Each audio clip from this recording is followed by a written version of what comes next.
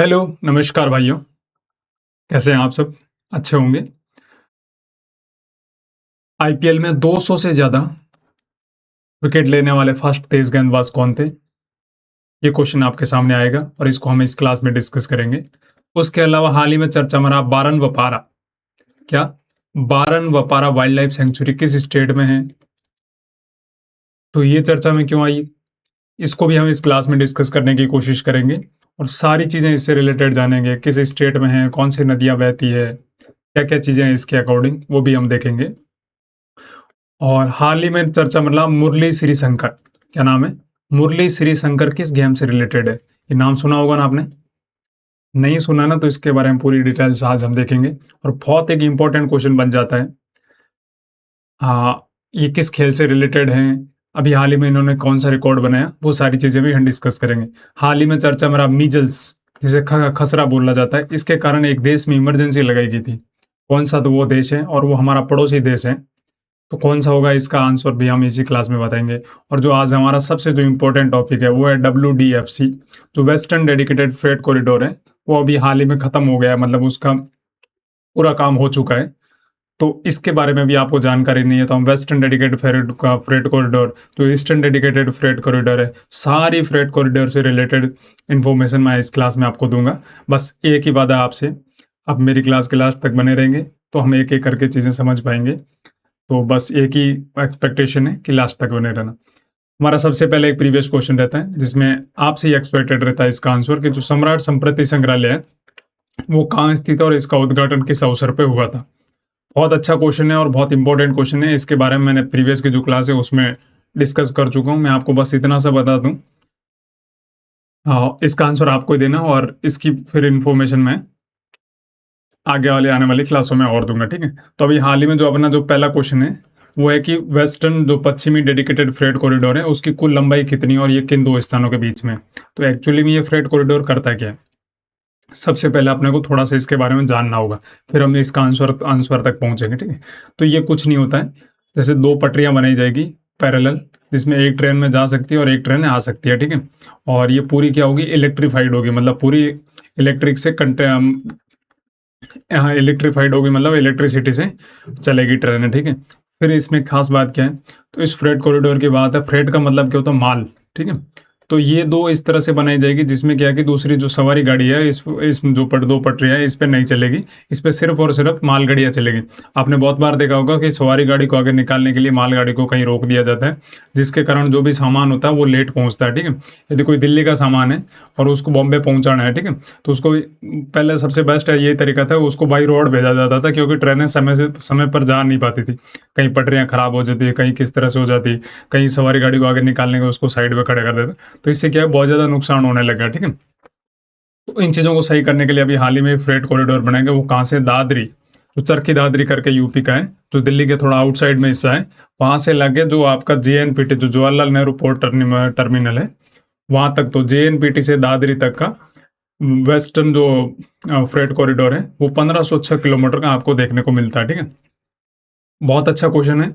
और एक और चीज़ है, यदि आपने 1 अप्रैल से जो 5 अप्रैल तक के इंपॉर्टेंट जो करंट अफेयर्स हैं उसकी क्लास यदि सेपरेटली देख लिए तो ठीक है, और चाहो तो उसका वीकली जो करंट अफेयर्स है उसका रिवीजन भी कर सकते हैं, और मैंने क्लास ये अपने इसी चैनल पर डाल रखी है, ठीक है। तो अभी JNPT से और दादरी के बीच में ये अभी वेस्टर्न डेडिकेटेड फ्रेट कॉरिडोर बना गया है और इसकी कितनी लेंथ है, 1506 किलोमीटर। और वहीं EDFC जो ईस्टर्न डेडिकेटेड फ्रेट कॉरिडोर है उसकी लंबाई कितनी, वो 1337 किलोमीटर के आसपास देखने को मिलती है। और ये कहाँ से कहाँ तक है आपको, ये आपको लुधियाना से सोनगढ़ तक देखने को मिलता है। कहाँ से, लुधियाना टू सोनगढ़। सोनगढ़ कहाँ पे, बिहार में, और लुधियाना कहाँ पे, पंजाब में। तो एक फ्रेट कॉरिडोर ऐसे चलता है और एक फ्रेट कॉरिडोर ऐसे चलता है, ठीक है। तो ये दिल्ली को क्रॉस करते हुए और ये दिल्ली क्रॉस करते हुए JNPT तक चलता है, ठीक है। तो इंपॉर्टेंट क्वेश्चन है। और अभी हाल ही में जो नया गलियारा घोषणा की गई है वो कहाँ से है, जो दानाकुनी करके वेस्ट बंगाल है, वहाँ से सूरत के बीच में एक नए गलियारे की भी हाल ही में घोषणा की गई, किसमें, जो अपना आने वाला था बजट, उसमें इसमें घोषणा की। तो आपके 3 इंपॉर्टेंट क्वेश्चन, WDFC, EDFC और जो दानाकोनी से जो सूरत का है वो एक नया गलियारा अभी हाल ही में घोषित किया गया। तो IPL में 200 से ज़्यादा विकेट लेने वाले पहले तेज गेंदबाज कौन बने, तो 200 विकेट लेने वाले पहले तेज गेंदबाज फास्ट बॉलर आपको लग रहा होगा जसप्रीत बुमराह है, तो बिल्कुल भी जसप्रीत बुमराह नहीं है, ठीक है।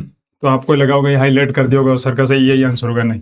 इसका सही आंसर आपको देखने को मिलता है, ये एकमात्र बंदा है जिसका क्या नाम है, भुवनेश्वर कुमार। और भैया हाल ही में किस टीम से खेल रहे हैं, आरसीबी मतलब रॉयल चैलेंजर्स बेंगलुरु से खेल रहे हैं। तो बात करें भुवनेश्वर कुमार की, इन्होंने 2011 में डेब्यू किया था और इनका जो बेस्ट सीजन रहा था 2016 और 17 का बेस्ट सीजन रहा था, ठीक है। कौन सा, 2016 में भी ये पर्पल कैप लिए थे और 17 में भी पर्पल कैप लिए थे, ठीक है। तो जसप्रीत बुमराह शायद मुझे नहीं लगता अभी तक कोई पर्पल कैप मिली उनको, या एक बार मिली होगी, मुझे अभी तक आइडिया नहीं है। लेकिन 2016 और 17 में जो भुवनेश्वर कुमार थे उन दोनों को पर्पल कैप मिली। अब पर्पल कैप क्या होती है, जो आईपीएल होता है जिसमें सबसे ज़्यादा विकेट लेता है उनको क्या मिलता है, पर्पल कैप। और जो सबसे ज़्यादा रन बनाता है उनको कौन सी कैप मिलती है, ऑरेंज कैप, ठीक है। तो पर्पल कैप 2016-17 में किसको मिली, भुवनेश्वर कुमार। अब सबसे तेज गेंदबाज है उसने 200 विकेट लिए, तो इसका मतलब जो स्पिनर होगा उसने ज़्यादा विकेट लिए, हाँ बिल्कुल सही बात है। इससे पहले पूरा स्पिनरों का दारोमदार था, और जो सबसे ज़्यादा अभी स्पिनर है वो उसमें 223 विकेट किसने लिए, जो यूजी चहल या युजवेंद्र चहल आपने सुना होगा, जो भी बहुत चर्चा में रहते धनसिरी वर्मा और युजवेंद्र चहल का, तो उसके कारण से 223 विकेट उनके सबसे ज़्यादा है। उसके बाद सुनील नारायण भी है और उस लिस्ट में रविचंद्र अश्विन भी है, लेकिन फास्ट गेंदबाज की बात करें तो वो भुवनेश्वर कुमार का नाम आता है, ठीक है। और 23 विकेट लिए थे 2016 का जो पर्पल कैप था उसमें, और आईपीएल 2016 में सबसे ज़्यादा विकेट इन्होंने लिए थे, ठीक है। और 17 में इन्होंने 26 विकेट लिए थे, और आईपीएल 2017 में फिर से उन्होंने जो टॉप विकेट टेकर भी ये बने थे। हाल ही में जो आईपीएल सीएस के गुरु जो आयुष महात्रे को आउट करके इन्होंने 200 अपना आईपीएल विकेट ले लिया है, ठीक है। तो ये अच्छा क्वेश्चन बनता है, याद रखना जरूर।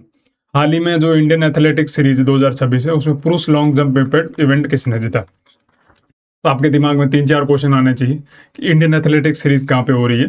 ये सीरीज आपके हो रही है कांतिवीरा स्टेडियम, कहाँ पे, कांतिवीरा स्टेडियम। और ये कहाँ पे आपको देखने को मिलता है, कांतिवीरा स्टेडियम आपको देखने को मिलता है बेंगलुरु में। कहाँ पे, बेंगलुरु में कांतिवीरा स्टेडियम हो रहा है। और इसमें जो इंडियन एथलेटिक्स सीरीज है उसमें जो पुरुष लॉन्ग जंप इवेंट है वो किसने जीता, वो जीता मुरली श्रीशंकर। तो आपको लगा होगा कि यार ये नाम सुना सुना सा लगता होगा, हाँ बिल्कुल सुना सुना सा नाम होगा, क्योंकि 2024 का पेरिस ओलंपिक था उसमें इन्होंने भाग नहीं लिया था, क्योंकि इनके नी की सर्जरी हो गई थी, मतलब घुटने की सर्जरी हो गई। नहीं तो 100% ये था कि मुरली श्रीशंकर अपने लिए एक और एक पदक जरूर लेके आते थे पेरिस ओलंपिक से, लेकिन किसी वजह से नहीं जा पाए। तो अभी इन्होंने हाल ही में 8.15 मीटर का छलांग लगा के अपना जो पुराना रिकॉर्ड था 8.13 का, उसको अभी हाल ही में इन्होंने ब्रेक कर दिया, किसने, मुरली श्रीशंकर ने। और वहीं बात करें तो अंशी सोजन कौन है, इन्होंने वुमेंस में वुमेंस जो एथलेटिक्स सीरीज है उसमें लॉन्ग जंप इवेंट में इन्होंने अंशी सोजन जीती। और वहीं पुरुष में बात करें तो अंशी सोजन ने लगभग 6.54 मीटर की छलांग के साथ लॉन्ग जंप जीता।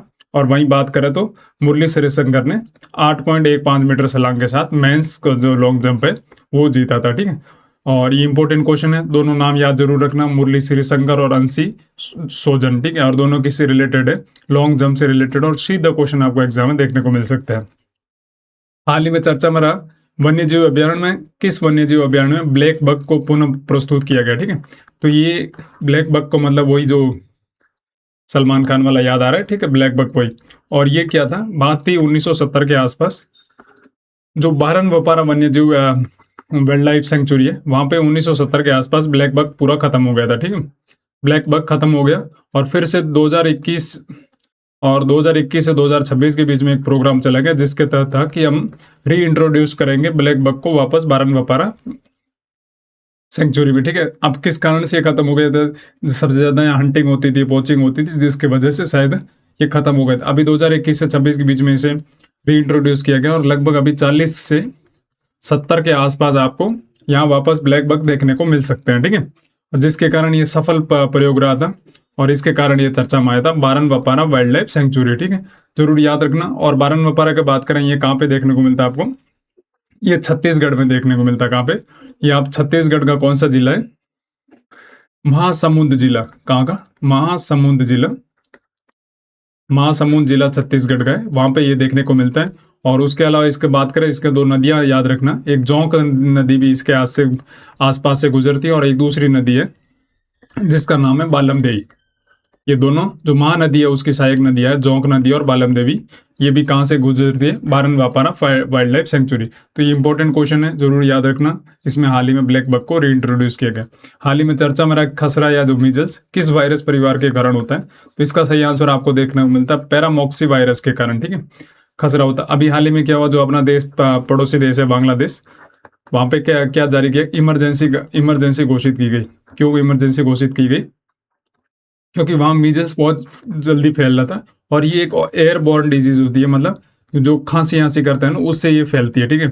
और सबसे ज़्यादा इसमें इम्पैक्ट कौन होते हैं, इसमें बच्चे इम्पैक्ट होते हैं सबसे ज़्यादा, ठीक है। और इसके बचाव के लिए कौन सी वैक्सीन लगाई जाती है, एमआर की जो वैक्सीन है वो लगाई जाती है। एमआर का मतलब होता है मीजल्स, आर का मतलब होता है रुबेला, ठीक है। तो ये इंपॉर्टेंट कंसेप्ट याद रखना, पैरामॉक्सी वायरस, और ये एयरबॉर्न डिजीज होती है, और सबसे ज़्यादा इम्पैक्ट कौन होते हैं, बच्चे इस पे इम्पैक्ट होते हैं, ठीक है। इसका मुख्य कारण होता है, और जो टीकाकरण होता है वो न लगने के कारण जो छोटे बच्चे और गर्भवती महिलाएं वो सबसे ज्यादा जोखिम है, ठीक है। और अभी 10 लाख से अधिक बच्चों के लिए मीजल्स आउटब्रेक के कारण अभी हाल ही में बांग्लादेश में आपातकालीन टीकाकरण शुरू किया गया। तो ये बहुत अच्छा क्वेश्चन है, और ये पैरामॉक्सी वायरस के कारण फैलता है, और लगभग 2 घंटे तक ये हवा में सक्रिय भी रहता है, ठीक है। WHO के अनुसार ये सबसे घातक बीमारी होती है, लेकिन रोकी जा सकने वाली बचपन की सबसे ज्यादा जो भारी बीमारियों में से एक है, उसका क्या नाम है, मीजल्स, ठीक है। तो ये सारे इंपॉर्टेंट क्वेश्चन आज आपके सामने रहे। उम्मीद करता हूँ ये क्लास बहुत इंटरेस्टिंग रही होगी, और अच्छी लगी होगी, लाइक शेयर सब्सक्राइब जरूर करिएगा। आप सभी का शुक्रिया, धन्यवाद।